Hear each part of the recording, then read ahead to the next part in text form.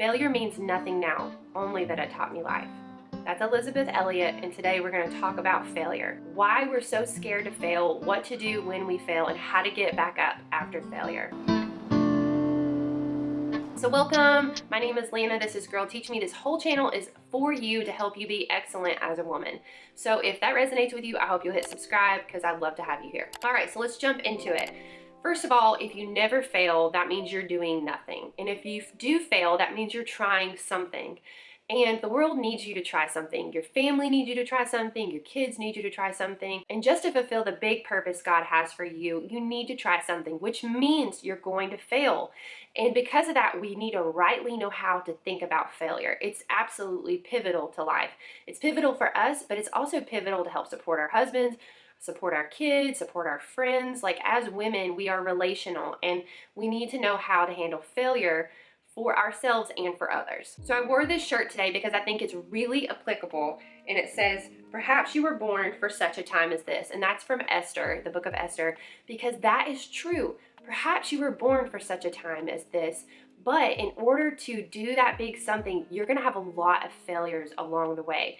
And so if you can just go ahead and rightly expect that, you're not gonna be surprised when failure comes. In fact, you're gonna actually look at it as something that you welcome. And so let's talk more about that. We generally have this first kind of feeling of being scared to fail before we start off on any endeavor. I know I can speak personally to this when it came to YouTube. I was literally terrified of mean comments, terrified of not doing the very best video and editing, scared of what my family would think, scared of what my friends would think, just scared of looking dumb, scared of taking weird thumbnails. Like guys, the thing goes on and on and on. But what I had to remember was something that I learned in grad school. I actually thought I was going to be a college softball coach for my whole career, and I did that for a little while. So I studied sports psychology in grad school, and one thing I learned was something called the 10,000 hour rule. You may have heard of this. But what's key to remember is that if you want any kind of expertise in your life, expertise, having a great marriage, being a great mom, being a wonderful friend, running your own business, learning how to homeschool, learning how to run a home if you weren't taught, like it goes on and on and on. You want expertise, right? Nobody's like, I want to be an amateur my whole life. That feels great. That actually feels terrible. It's actually really, really hard, but we have to go through that amateur phase to get to the expertise phase. And in between amateur and expertise, there's a lot of struggle. There's 10,000 hours of deliberate practice between that time. And so deliberate practice, notice that word. It's not an unintentional practice, which is another reason why I feel like this channel is important for your life, is because you need to wake up in the morning and be intentional about what you're doing. Be intentional about your family, your goals, your marriage, your motherhood.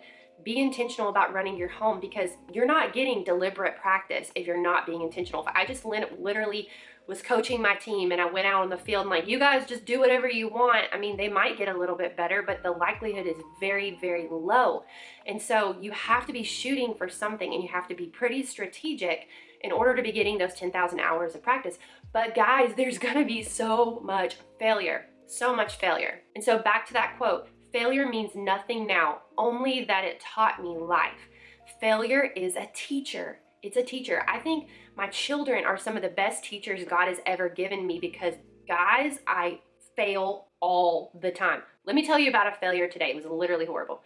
I was trying to gather them up. Oh no. Okay, so my camera overheated and kids had meltdown. So I'm back. I think I was somewhere around the victim, villain, hero guide. So if you're feeling like a failure, so this part cracked me up because I was not talking about that at all. And if you are a mom, you can totally relate to the interrupted conversation thing, because that is my life. This time it wasn't a kid interrupting me, it was just my camera overheating, but it still cracks me up that I picked up at a totally different point.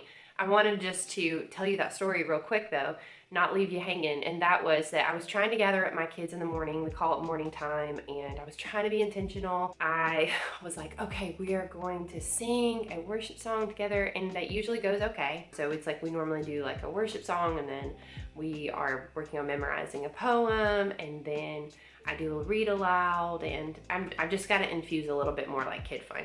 Anyways, they weren't listening, and I just blew up. Like, it just felt like the antithesis of what I was trying to do. You know, I'm trying to bring us together, help us be close, help us focus our heart on the Lord, and then I just blew up, just motherhood anger. And I just felt that voice of like, Lana, you're just gonna mess your kids up. This is just so much failure, and really like condemning myself.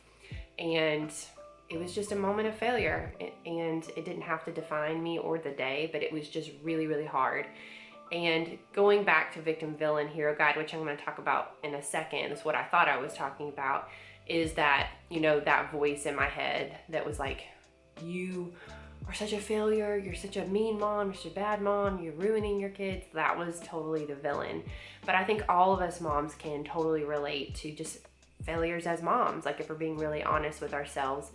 And that's why I'm going to talk about the guide, because getting other older, wiser women in my life has showed me that they have struggled with the same thing of motherhood, anger, yelling at their kids, and not that they excuse those things, but that instead they've come up with some tools and some strategies, and we need help. And so I'm going to talk about that now. If you're feeling like a failure, you need a guide. So I would say get a mentor. That's literally why I called this channel Girl Teach Me.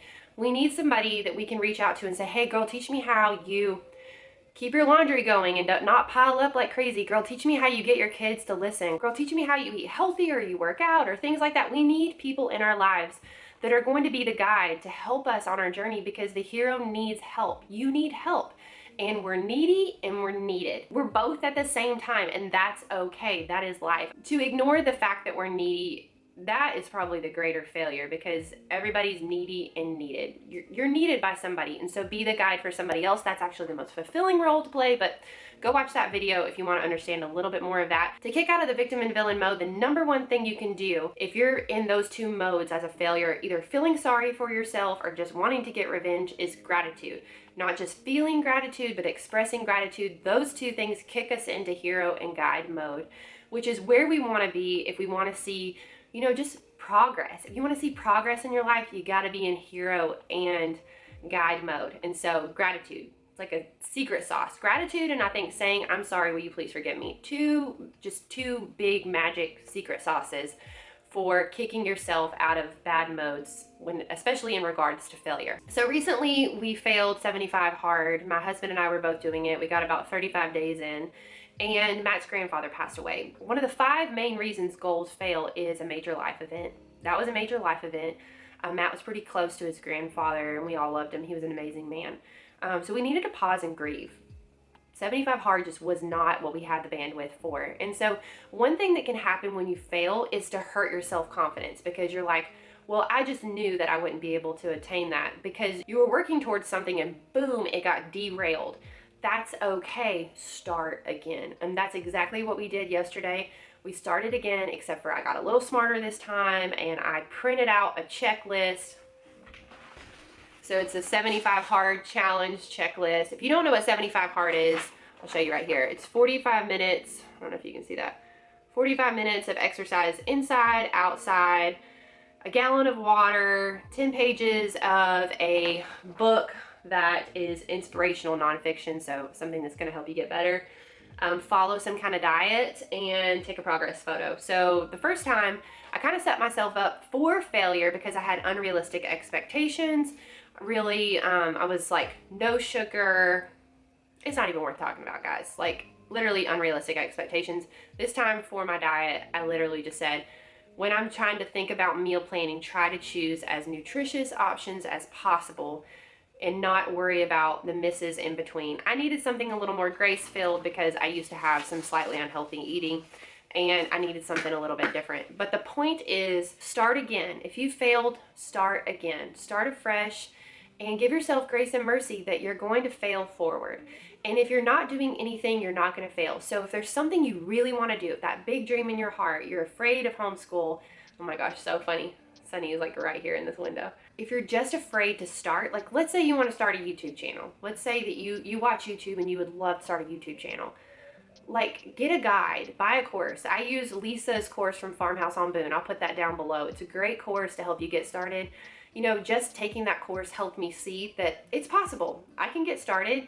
Other people have done it. And that's sometimes just what we need to know, is that other people have done it. Other people have failed forward. So get a guide, and whatever you're trying to accomplish, that's going to help you a ton. And the last thing I'll say is, if you feel like you're failing in motherhood, if you feel like you're failing in marriage, I'm sorry. Those feelings are so hard. So very, very hard. And like I said before, gratitude is huge, and saying I'm sorry, will you please forgive me? Those are two really huge things to say. You need a guide. You cannot do this walk alone. Girl, teach me. Find somebody to teach you. It will be so helpful to you. So I'm going to finish up by saying keep struggling. Keep failing forward. Failure will mean nothing to you now if you just see it as a guide for life. The kids are here. They're pulling at me, so I'm going to let you go. But I hope you'll hit subscribe before you go. Talk to me down below. Tell me how you failed recently, how you overcame it. There she is. And I would love to hear from you. Share with others what you feel like has been helpful on your journey to overcome failure, embrace failure, and to not be so afraid of failure. And I'll see you again next time.